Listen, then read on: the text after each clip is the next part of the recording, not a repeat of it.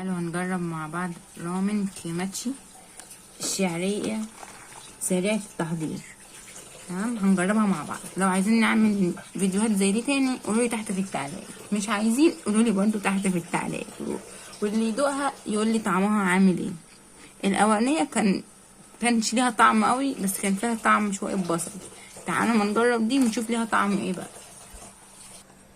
تعالوا كده نفتح الكيس مع بعض ونشوف ايه اللي جواه.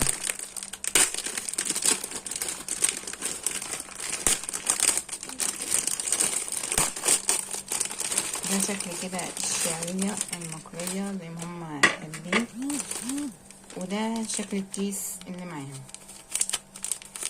معهاش ولا اي صوص ولا اي صلصة تحط عليها حاجة، ده توابل وبس. تعالوا ما نقرأ مع بعض طريقة التحضير اللي مكتوب عليها. اضاف المعكرونة الشعرية المسحوق الدقائق 19 ملي من الماء المغلي، وضعها تطهى لمدة 4 دقائق وقلبها جيدا وقدمها للطعام. هنجربها معاكم وهقول لكم طعمها عامل ازاي، لا تبقى حلوة لا تبقى وحشة، على حسب بقى الطعم. كده المية بتغلي هنزل بيها بالشعرية المقلية دي. تعالوا نفتح ده مع بعض كده اهو ونشوف جواه ايه. رب تبقى حاجة حلوة مش زي التاني، كله توابل.